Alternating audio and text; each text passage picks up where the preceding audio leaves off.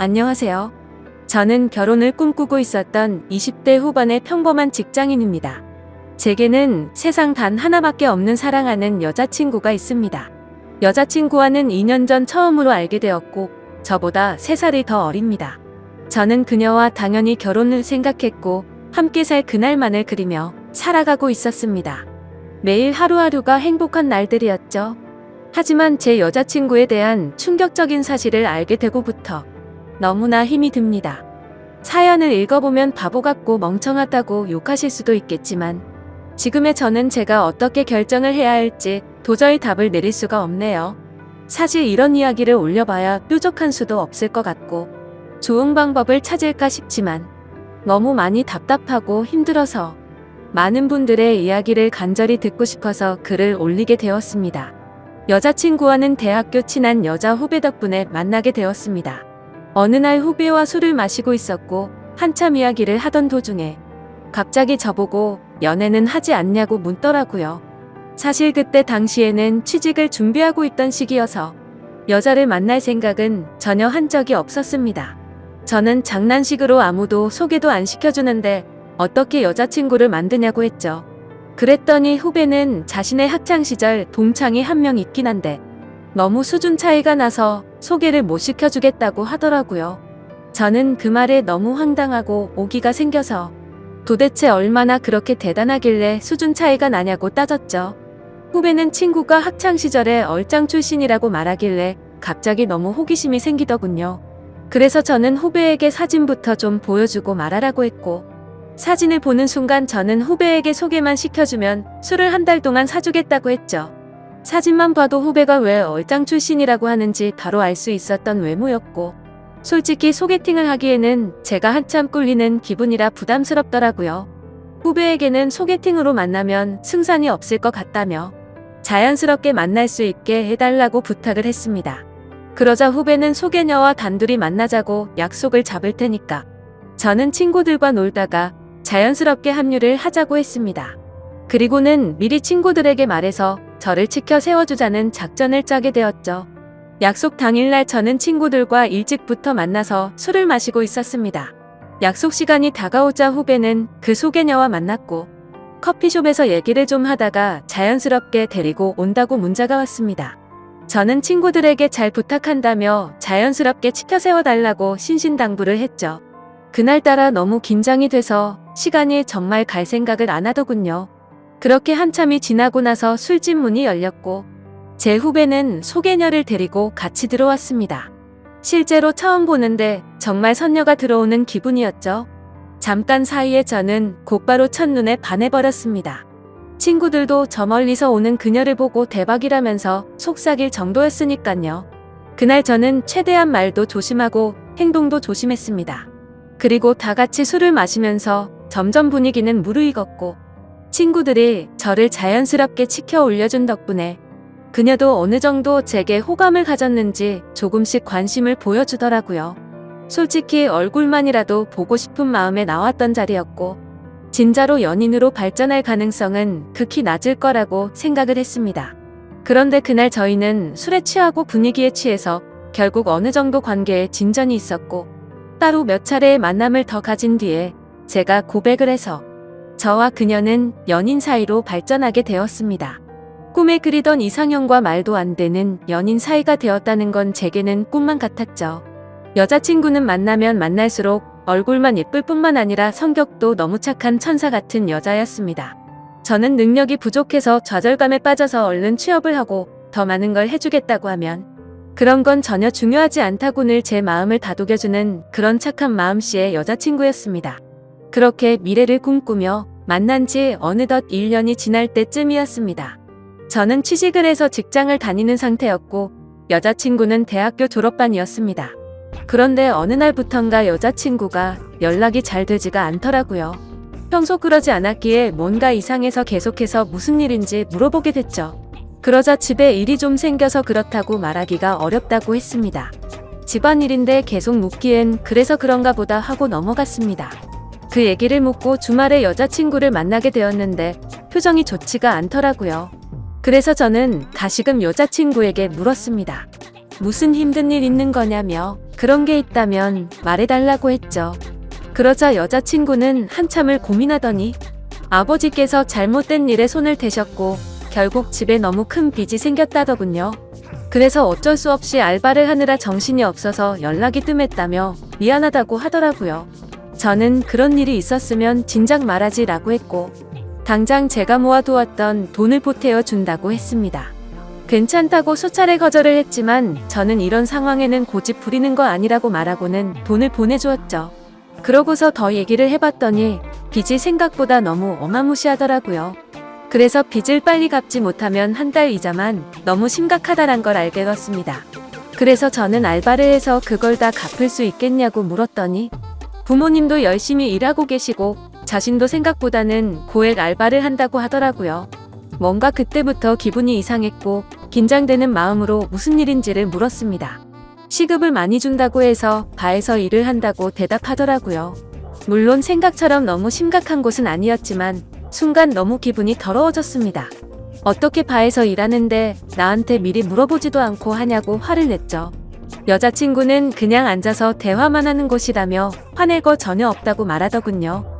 저는 제가 알바라도 해서 같이 도와줄 테니까 당장 그만두고 다른 알바 자리를 찾으라고 했죠. 여자친구는 그 말에 미안하다며 당장 알바를 그만두다고 하면서 울더라고요. 안 그래도 힘든 여자친구한테 화를 낸 게 미안해지더라고요. 그래서 저는 걱정 말라며 다 같이 갚으면 그 정도 빚은 금방 갚을 수 있겠다고 위로해줬습니다. 그리고 나서 저는 곧바로 알바 자리를 찾게 되었죠.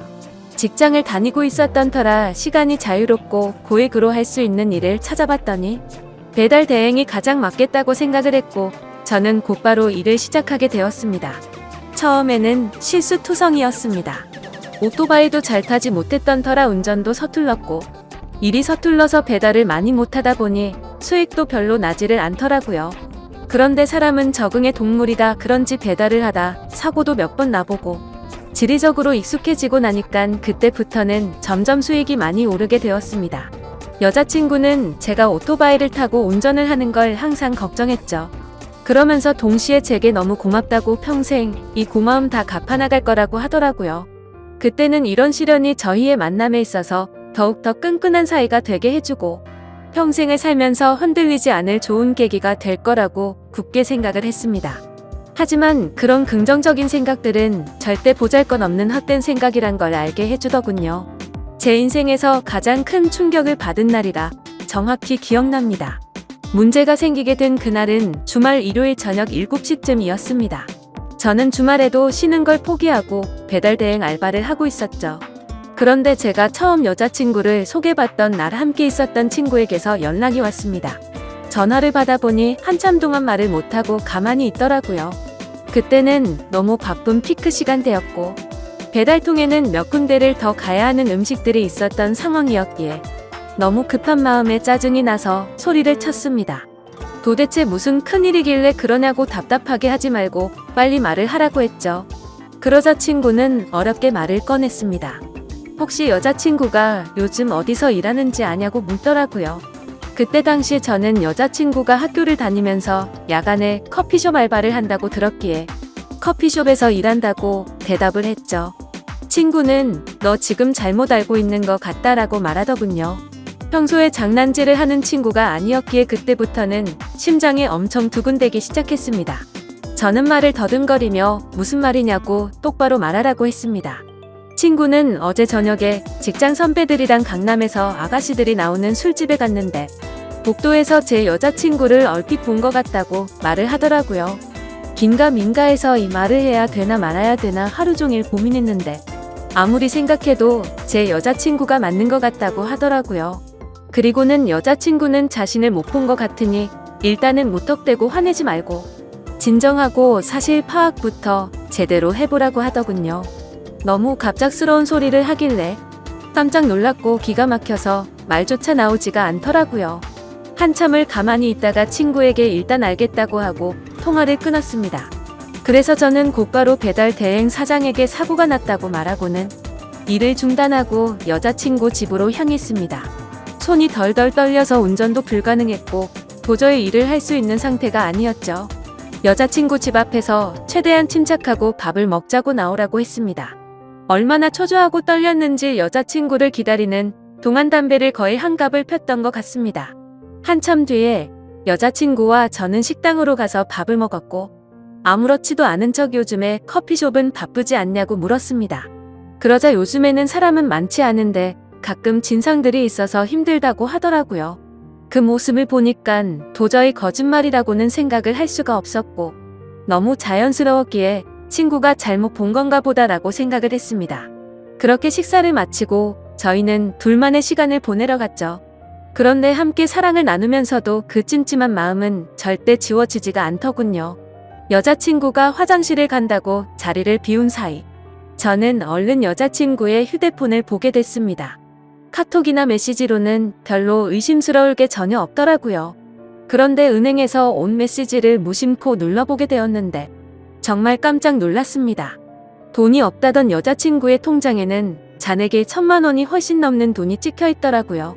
그래서 이게 도대체 무슨 돈이지 싶어서 메시지를 올려보니 며칠 전 날짜로 어떤 처음 보는 이름으로 1,000만 원이 입금되어 있더라고요. 그리고 더 올려다보니 여자친구의 가족분에게 다시 보낸 건지 1,000만 원을 출금을 했더라고요. 그래서 이게 도대체 뭐지 싶어서 계속해서 올려봤습니다.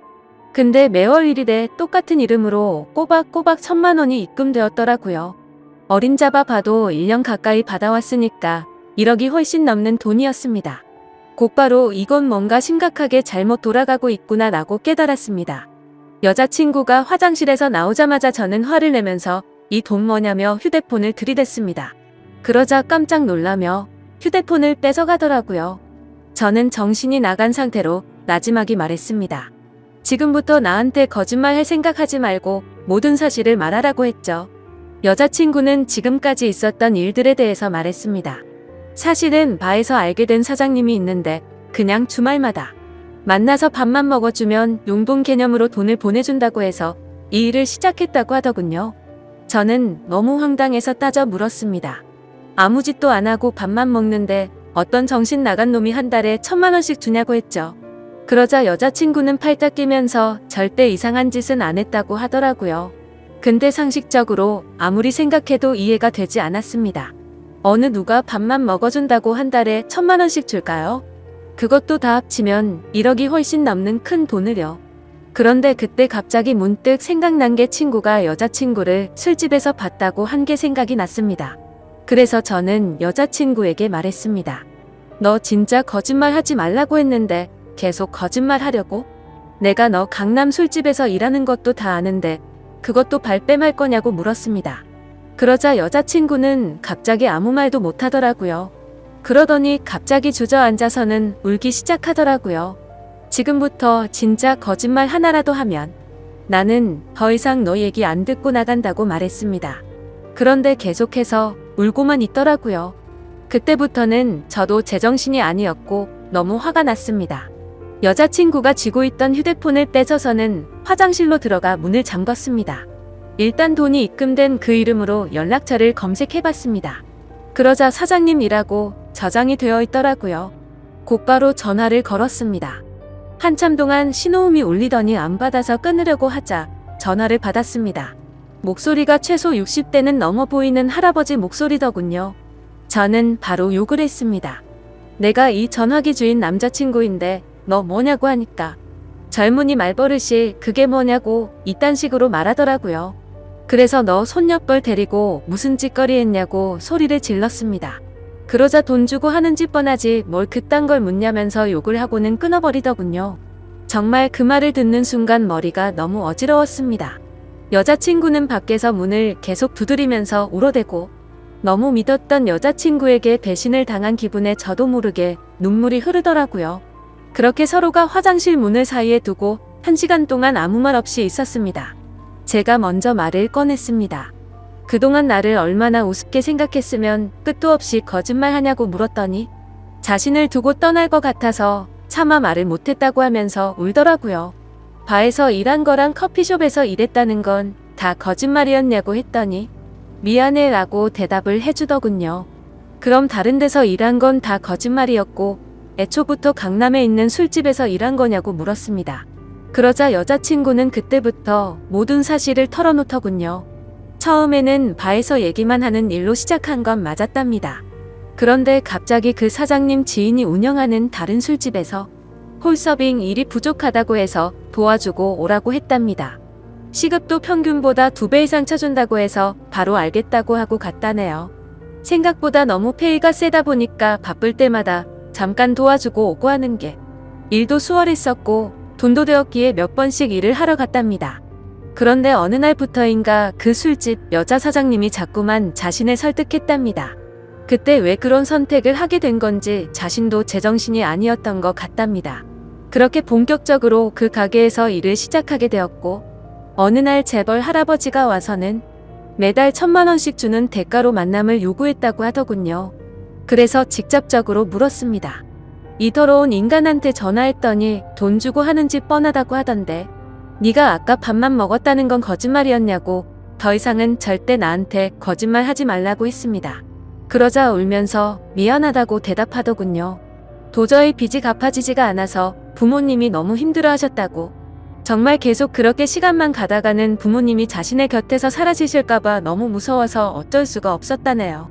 저는 그때부터 이미 모든 사실을 알게 되었기에 문을 열고 나가서 아무 말 없이 여자친구에게 휴대폰을 던져주고는 그대로 밖으로 나갔습니다. 그러자 더 큰 소리로 방에서는 엉엉 우는 소리가 들리더라고요. 솔직히 미운 마음도 컸지만 왜 그렇게까지 한 건지를 아니까 너무 마음이 아팠습니다. 근데 그렇다고 할지라도 절대 이해를 할 수는 없습니다. 저는 여자친구의 힘든 걸 도와주기 위해서 평일에 회사 끝나면 배달 대행을 자정 넘게까지 했고 주말에도 쉬지 않고 그렇게 열심히 일해서 도와줬건만 그 대가가 고작 이런 충격적인 배신이라니 말문이 막힐 수밖에 없었고 모든 게 다 원망스러운 마음만 들었습니다. 그날이 있고부터 벌써 며칠이 지났습니다. 여자친구는 이제 빚은 거의 다 갚아가서 제대로 된 일을 구해서 갚아 나갈 거랍니다. 일도 다 그만뒀고 그 남자와도 다시는 연락하지 말라고 했다고 하네요. 저를 속인 건 너무 미안하고 도저히 자신의 곁에 있어 달라고 말